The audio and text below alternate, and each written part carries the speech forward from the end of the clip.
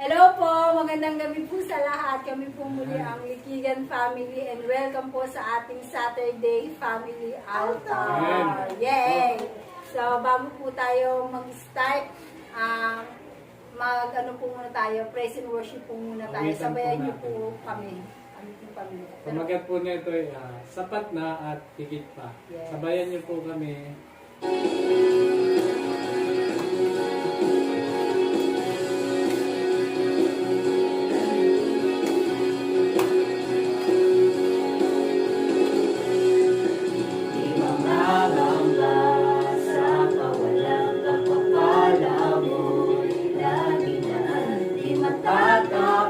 Sa panganin, pagkat naririyan ka palagi, di mapipilan sa pagsubok. Ang pagsama mo'y tiyak at lubos, di mapipigil sa pag-awit, pagkat ikaw ay mabuti, pagkat ikaw ay mabuti.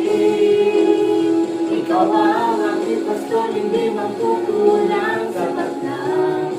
At higit pa, ang biyaya mo'y sagana at umaapaw sapat na. At higit pa, sapat na sa lahat kong pangangailangan. Higit pa sa lahat kong inaasahan. Wala namang mahilig pa, pagkat ika'y sapat na. Ika'y sapat na, at higit pa.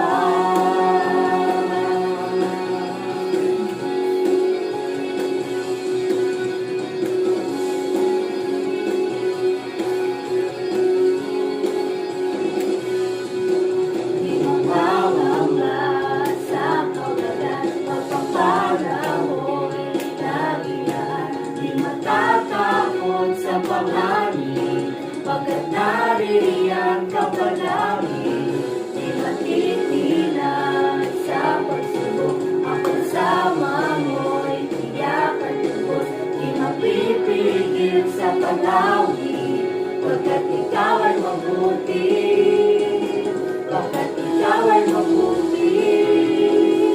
Ikaw ang aking pastor, hindi magkukulang sapat na. At higit pa, ang biyaya mo'y sagana at umaapaw sapat na. At higit pa, sapat na sa lahat kong pangangailangan. Higit pa sa lahat kong inaasahan. Wala namang mahilig pa, pagkat ika'y sapat na. Ika'y sapat na, at higit pa.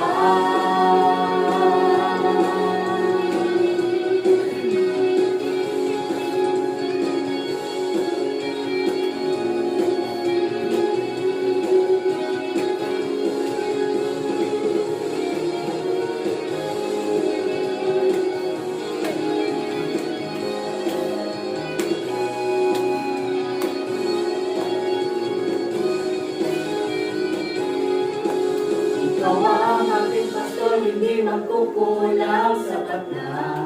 At higit pa, biyaya mo'y sagana at umaapaw sapat na. At higit pa, sapat na sa lahat kong pangangailangan. Higit pa sa lahat kong inaasahan. Wala namang mahihigit pa, pagkat ika'y sapat na.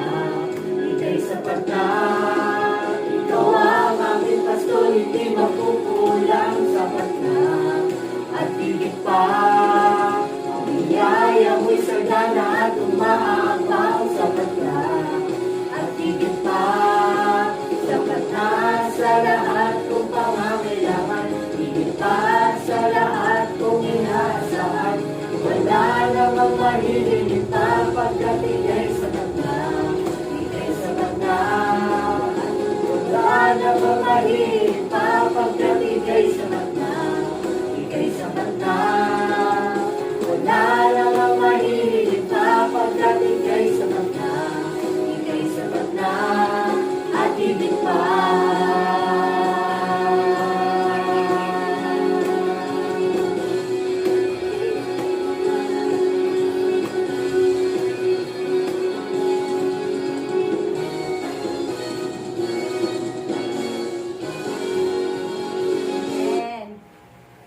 Amen. Muli, thank you kay Lord. Muli, napapurihan uli natin siya ngayong gabing ito. Bago po tayo magsimula, atin po muna siyang purihin. Panginoon, muli, nagpapasalamat po kami ngayong gabing ito na kami po muli, yung Litigan family ay iyong gagamitin sa iyong katakilaan. Na ang pangalan mo po ang may taas namin sa aming pag-aaral ng iyong banal na salita at sa aming pag-share ngayong gabing ito. Thank you Lord na kami po, Litigan family, ay patuloy na ginagamit mo upang ang pangalan mo po ay mapuri namin. In Jesus' name we pray. Amen. Okay, Kuya? Ako ba? Oo, siyempre. Wala kasi makakamit. Yung pangalan eh. Ayun, yun gusto kong i-share sa 1 Timothy 1. Kasi napaganda nung nakita ko dito sa PPT version about siya sa pagkakaroon ng law, yung pagkakaroon ng batas dito sa mundo. Pero kasi di ba ang law na ginawa siya not just to para hindi tayo magkaroon ng kasalanan, upang hindi tayo magkaroon ng kanya-kanya nating decision. Kasi andito rin yung law upang makita ano ba yung maling ginawa natin.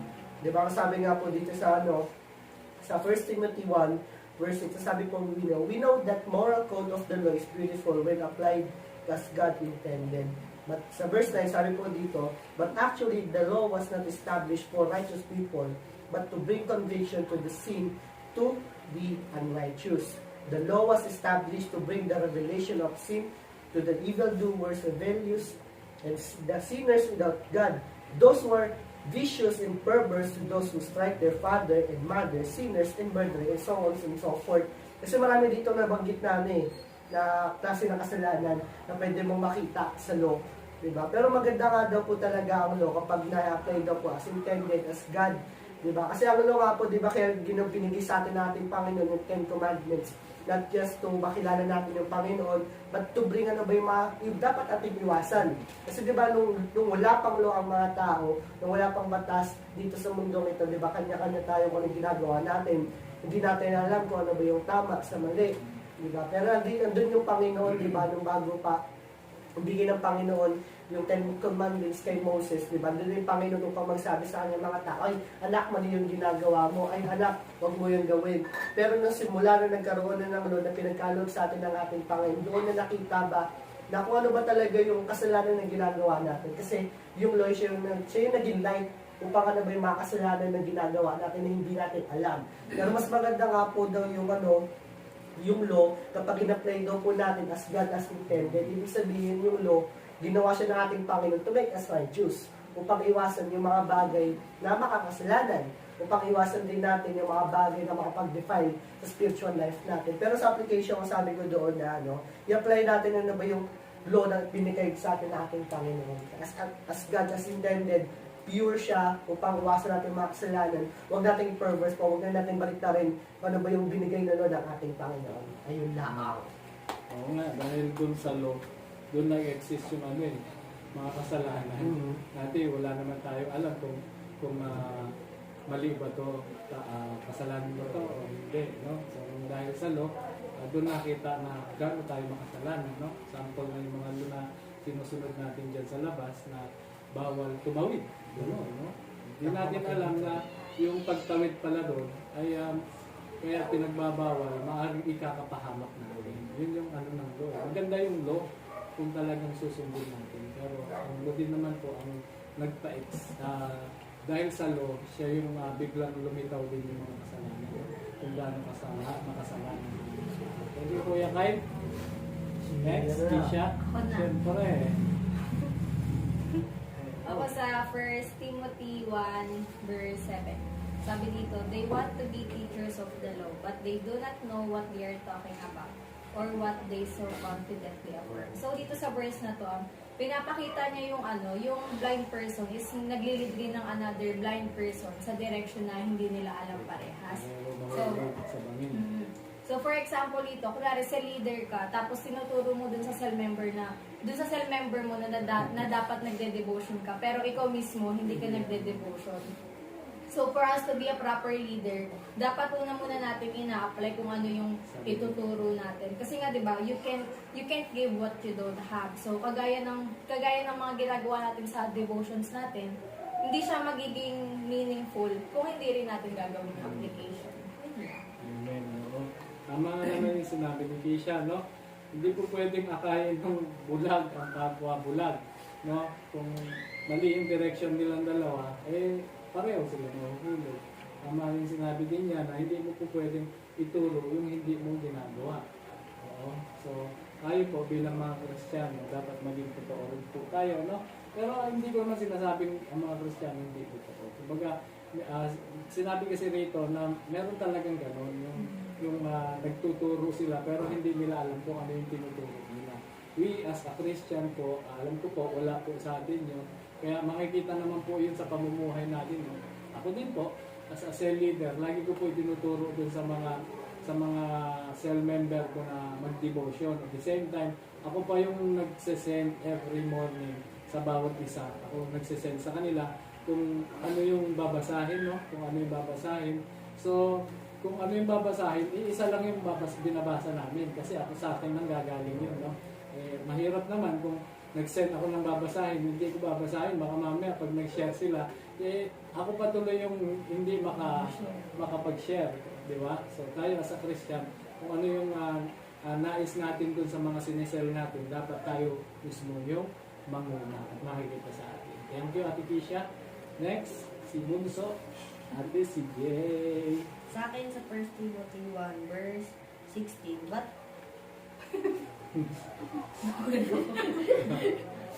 for that very reason I was shown mercy, so that in me, the worst of sinner, Christ Jesus might display His immense patience as an example for those who believe in Him and receive eternal life.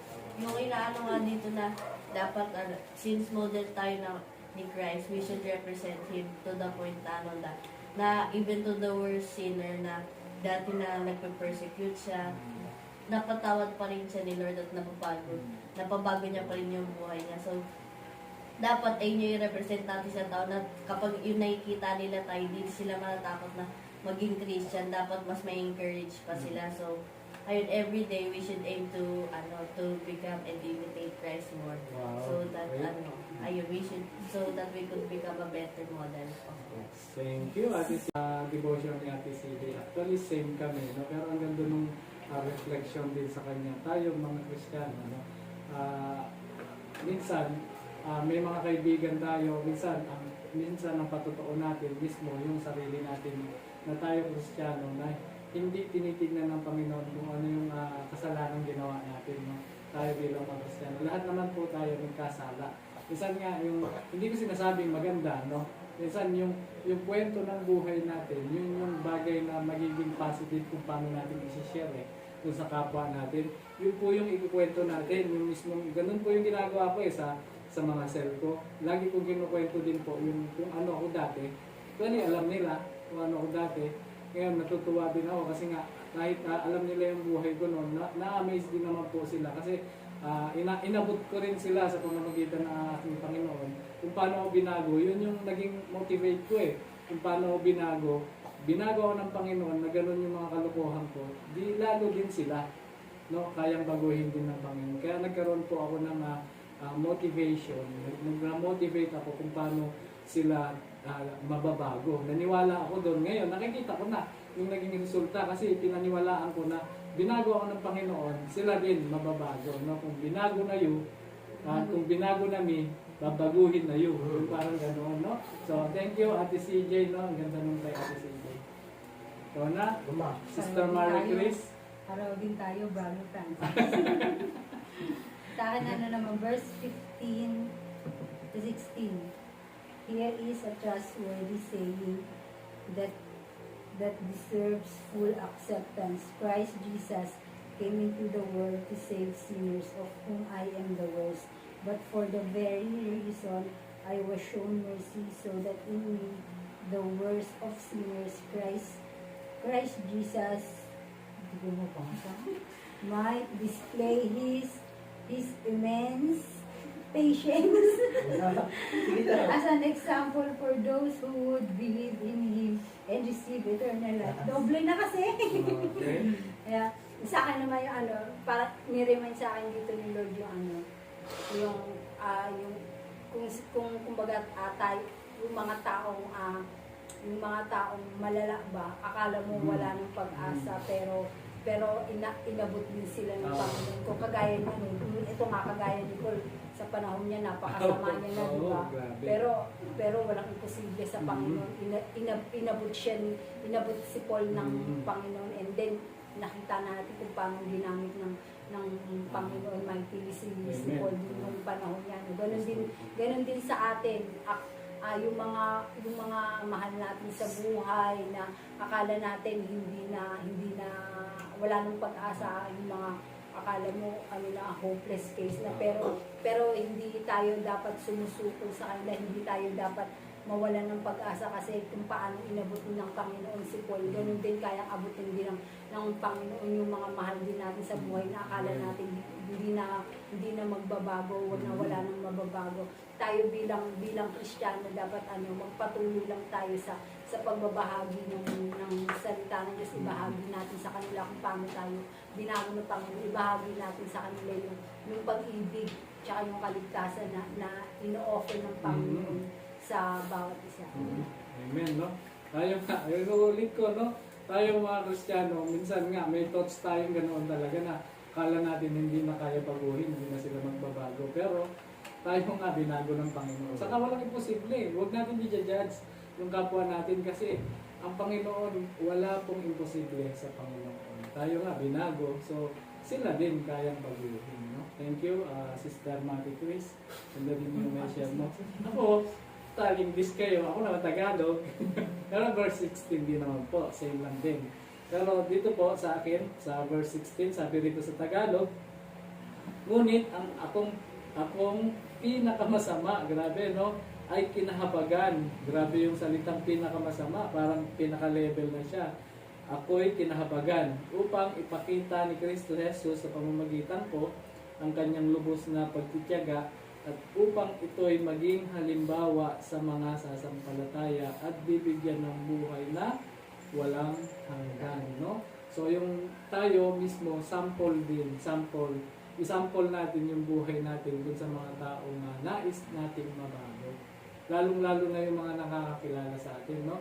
Minsan na natutuwa ako kasi nakikita ng mga kaibigan ko na kayang magbago ng mga tao. Hindi naman ganun kagrabe yung ginawa kong mga kalokohan, pero ma-amaze ka kasi walang imposible sa Panginoon. No? Ako dati na parang namumuno lang doon sa isang umpukan na ako pa yung minsan yung nagpapasimuno doon sa start ng inuman. Pero ngayon, iba na. Ako na ngayon yung nagpapasimuno doon na maglilid doon sa mga cell members. So, doon ako natutuwa kasi binaliktad ng Panginoon eh. Sabi nga, no? Si Paul, nung panahon ni Paul, siya yung parang pinakamasama ng Kristiyano. Talagang persecute niya yung mga Kristiyano. Pero binaliktad ng Panginoon. Kung sino yung nagpe-persecute, siya yung ginamit niya. Ganon din po tayo as a Christian, no? Kung akala natin wala ng pag-asa, pero kung ibibigay natin lahat sa Panginoon, isusuko natin lahat sa Kanya, ay marami po at yung buhay po natin gagamitin Kanya. So wag po din natin i-judge yung mga taong ganoon kasi once in our life naging makasalanan din po tayo, no? Yung mga ginagawa nila, ginawa din po natin. So ang kaya lang natin, ang dapat lang natin gawin, pray sila, no? Kung kaya natin silang sharean, mag-share natin sila ng salita ng Panginoon kasi yun ay makapangyarihan. Hindi natin kayang ano yun, ang salita ng Panginoon, no? Pag salita ng Panginoon, talagang tangos yan, no? Talagang naman. Yun nga simpleng pamimigay ng leaflet, nagiging ano yun, maalay, yung leaflet na yun, pag nabasa ng mga tao yun, minsan yun yung nagiging susi para sila magbago. Maraming kwentong ganoon dahil lang sa nabasa nilang verse na ibinigay ni sa kalsada, nabago sila, no? Nabago sila. So tayo as a Christian, paggamit po tayo. Minsan ikwento din natin yung buhay natin. Yun yung pinaka-effective talaga kung gusto mong ma-evangelize yung mga kasama mo. Ikwento mo yung buhay mo. Kwento mo yung buhay mo dahil yun yung totoo. Huwag mo ikwento yung buhay ng kapitbahay mo kwento mo yung buhay ng kaibigan mo, ikwento mo mismo yung buhay mo na totoo sa kanila, no? Para doon makikita kung totoo ka ba, kung totoo ba yung sinasabi mo. Kasi sarili mo na yun, yung kwento mo. So hindi ka naman siguro mag-share na kasama ang salita ng Panginoon, sinasabi mo Jesus Christ, pero yung sinasabi mo sa sarili mo, puro kabuluanan. Hindi naman yung tayo gawin. So thank you sa atin muli ngayong gabi, sa ating family altar, kasi maganda, napakasarap family altar po. Gawin niyo po ito sa tahanan niyo, kasi napakalaking bagay po ang family altar upang pasalamatan po yung Panginoon ng buo, as in buo kayong family. Isa yung pinag-aaralan nyo, pero iba-iba yung mensahe na nagre-reflect sa bawat isa, no? So dadako po tayo sa ating Thanksgiving and appreciation. Mauna ka naman, anak. Si Ikaw CJ. naman, Sister CJ, Sister CJ. Ayan, Thanksgiving ko, nakatapos na ako ng solo 1. Ay, talaga? Congratulations! Congratulations. Tapos patapos na yung first quarter namin. Tapos patuloy na bibigay ng blessings sa Lord sa pamilya. Wow. Ayan. Amen. Ikaw. Ako Thanksgiving ko yung provision ng Lord sa lahat ng gastusin ko sa school. Wow. Talaga.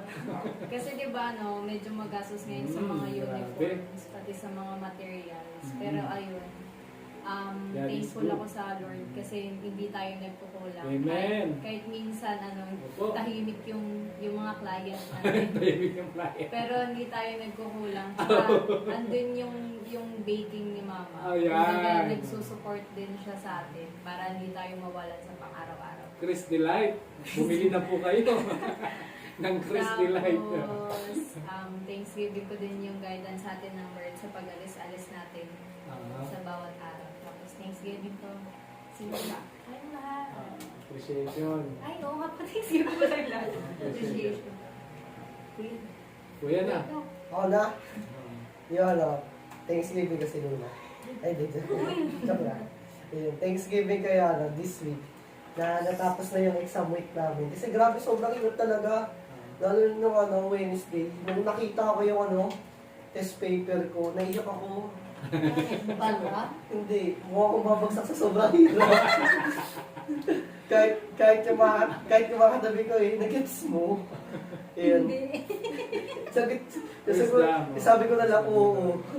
Yun, tuwa naman ako kay Lord kasi pinagkalaban niya ka na katalinuhan sa pagsagot ng ng mga programming exam na yun. Talagang mahirap.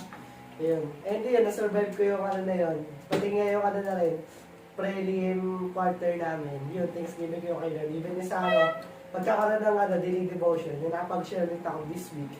Yun. Tapos, pa ba, appreciation ko si Mama at si Papa, kasi mahal ko kayo. Kiss. Peace, peace, peace. Kiss mo si Mama. Ay, ikaw na, Sister Marie Chris. Thanksgiving ko sa Lord yung provision niya sa akin. Kasi talaga naman, ang challenging.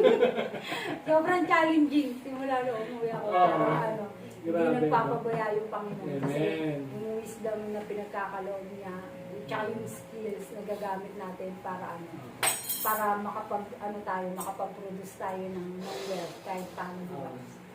Nakakasugan po kami sa tulong ng Panginoon. Nakakatuwa nga yung yung Lord, eto na lang yung pero ang galing talaga ng Panginoon, hindi talaga siya nagkukulang sa mga anak niya, nagtitiwala sa kanya at umaasa sa kanya. Pero syempre, kailangan din natin mag-work. Kailangan natin yung faith natin, kailangan mag-work.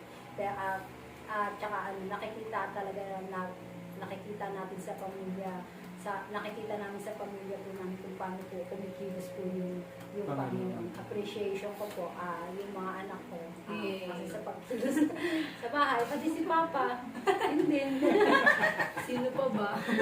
Ayun na. Okay na. Thank you. Grabe, no? Grabe, Thanksgiving ko talaga sa Panginoon, no? Yung daily na pag-iingat niya, yung provision ni Lord, no? Favor niya sa family natin, no? Grabe yung blessing ni Lord kasi dati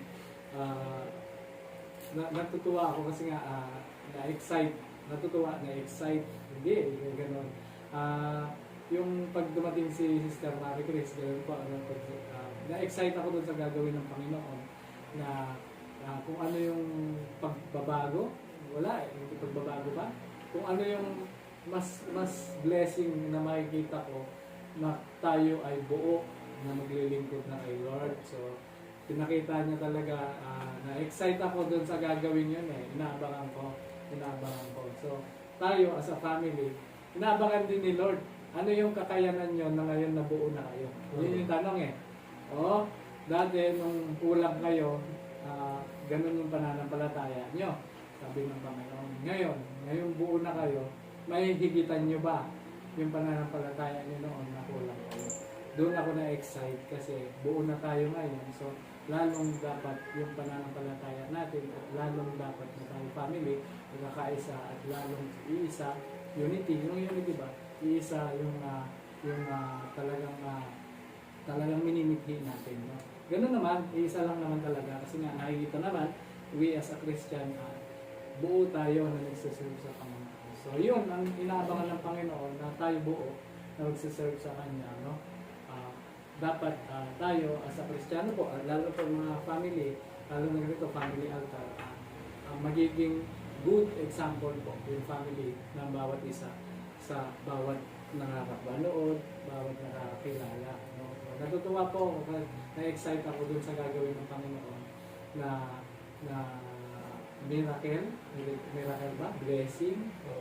Lahat na po pwedeng salita na magaganda na kayang ipagkaloob ng family, ng Panginoon, sa aming family po, na-excite po ako dun sa gagawin ng Panginoon kasi hindi lang din ako yung makapunta ng Butuan. Oo. Sila rin makakapunta, si Sister Marquez at si Kyle, kung gaano po kadali yung provision, yung provision ni Lord nung pumunta ako ng Butuan, sobra-sobra pa yung binigay niya. Kabaliktaran naman doon sa inyo. So, nakikita ko lalo yung, alam mo yun, nakikita mo lalo kung paano ka dapat lalong pumapit sa Panginoon. Kasi, kakapit ka lang ba sa akin? Kaya ba nagdesisyon ka na dalawa yung isasend mo sa Butuan kasi kaya kong ibigay yung pamasahe o yung mga kailangan nila noon? So, tignan ko yung pananampalataya mo. Kung andun pa rin ba yung pananampalataya mo dahil isasend mo yung dalawa, hindi ko muna ibibigay ng mabilis. No? Muna ibibigay ng mabilis. At the same time, alam ko hindi kailanman nagkulang ang Panginoon at hindi siya kailanman huli. No? So naniniwala ako yung provision talaga ng Panginoon ay naandyan. Inaano ko na lang yung pananampalataya talaga. No? Pananampalataya talaga na ipakita sa Panginoon. Titignan niya muna eh. No? Oo, lalakaran mo. Titignan po muna ng Panginoon kung ano yung kaya niyong gawin na buo na kayo ngayon. Yun yung nagiging goal po ng family namin. So, tutuwa po ako as a head of the family, father, kasi hindi ko nakikita yung panghinaan dapat ako eh. Ang nakikita ko rito, lalo ko siyang kakapitan. No? Pagdating ng, hindi ko sinasabing trials eh. Kasi hindi naman tayo nagkukulang, no? Nakita nyo naman, ang tataba nyo. Nakakapag-bake si mama.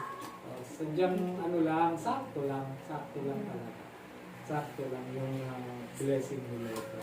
Sabi ko nga lagi sa kanila lagi ko lang sinabi sa inyo, mapalad tayo.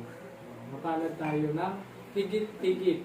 Higit-higit talaga. Higit-higit. Kasi, nakapag-aral kayo, at the same time, kain kayo ng higit pa sa 3 beses, may tahanan kayo, healthy tayo, yung ganon. So, bless na bless po tayo. Huwag niyo po titignan yung blessing na financial lang.